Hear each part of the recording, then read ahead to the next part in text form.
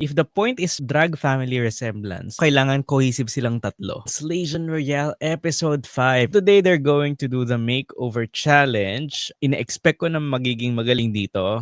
Well, si Bernie kasi nag-top siya dun sa makeover niya ng Season 2 ng Drag Race Philippines. I'm expecting Suki and Vinyas to do great as well. Para magugulat ako pagka nadapa pa si Vinyas at this point.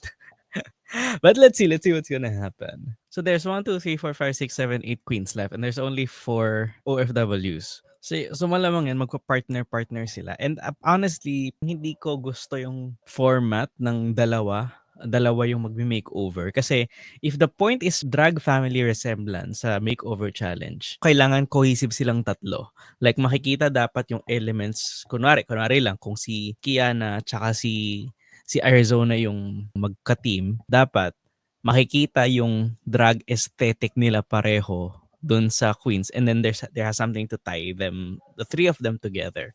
Hindi imposible pero mas mahirap siya, and in terms of the judging, magiging mas subjective pa siya lalo when in reality sobrang subjective na nga talaga ng makeover challenges kasi ang daming ways to like justify kung sino yung ilalagay nila sa top.